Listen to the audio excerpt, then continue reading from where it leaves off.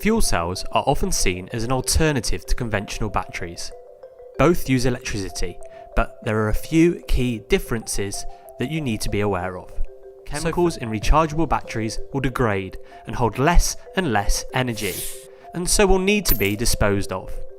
Often, the chemicals used in batteries are toxic and they can be harmful to the environment. So, what are the differences in a fuel cell? Well, fuel cells don't need to be recharged. They can be used constantly provided that the fuel keeps getting put in. However, what makes hydrogen fuel cells so exciting is that their only product is water. And when the hydrogen is made renewably, there are no emissions whatsoever, making them great for the environment. Fuel cells generate electricity from the reaction between a fuel, which is normally hydrogen, and oxygen. Earlier, we showed how water can be separated into hydrogen and oxygen. Well, it turns out that hydrogen and oxygen actually quite like being together, so will get back together whenever they have the opportunity. More scientifically speaking, hydrogen gas and oxygen gas will react readily to form water, provided they are given some help to do so. This help can be provided by an external source of energy, such as a spark. And once they have started to react, they can do so very quickly and sometimes with explosive force.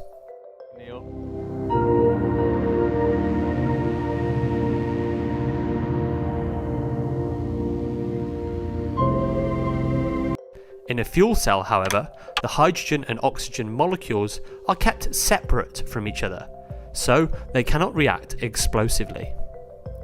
They are separated by a special polymer membrane called an electrolyte, which does not allow oxygen or hydrogen molecules to pass through it. So the word equation would be hydrogen plus oxygen goes to water. So a fuel cell will use this process to produce an electrical energy, heat energy, and water. It is a very efficient way of converting the potential energy available, especially when compared to normal combustion engine cars. One potential use for hydrogen fuel cells is in cars. The major advantage of this compared to normal cars is having no polluting emissions. The hydrogen gas is, however, more difficult to store and transport compared to liquid petrol, although this can be an advantage. In an accident, the hydrogen would just escape into the air, unlike a conventional fuel, which can cause large vehicle fires. This means that developing the infrastructure and the process for producing hydrogen is currently expensive. This is a disadvantage compared to battery electric cars, which can be charged at home, and normal cars, which have fuel stations everywhere.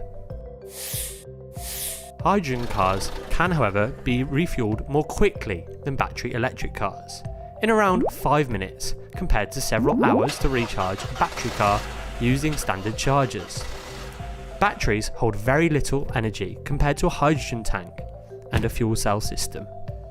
If a car is to travel 300 miles, it needs 5 kilograms of hydrogen, 30 kilograms of petrol, or 700 kilograms of batteries.